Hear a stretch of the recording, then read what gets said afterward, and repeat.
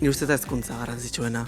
Hezkuntza jendeak ulertzea zein den bere posizioa eta bere posiziotik zer egin dezaken. Momentua da ere, ahots disidenteak entzuteko, trans pertsonon ahotsak entzuteko, pertsona arrazionalizatuen ahotsak entzuteko, eta bakoitzaren ahotsaren antzekoa ez dena entzuteko momentua da, nire ustez, eta hori da garrantzitsuena. Ze nik beti izaten dut, adibidez, drag tailerrak edo drag hitzaldiak egiten ditudanean, normalen etortzen dira marikak eta boierak. Pues, hombre, maravilla pura, porque dira kultura daukan jendeak. Baina adibidez, cis heterosexualak ez dira etortzen, drag hitzaldi batera. Eta haiek ere behar dute. Kolektiboko jendeak behar du. Kolektiboko parte ez den jendeak ere behar du, guztiok ikasi behar dugu.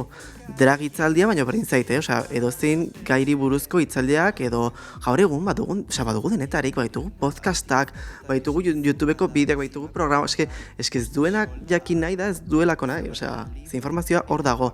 Orduan, entzun behar dugu, ulertu behar dugu zen gure posizioa, eta beste realitate batzuk ezagutu eta baloratu behar ditugu.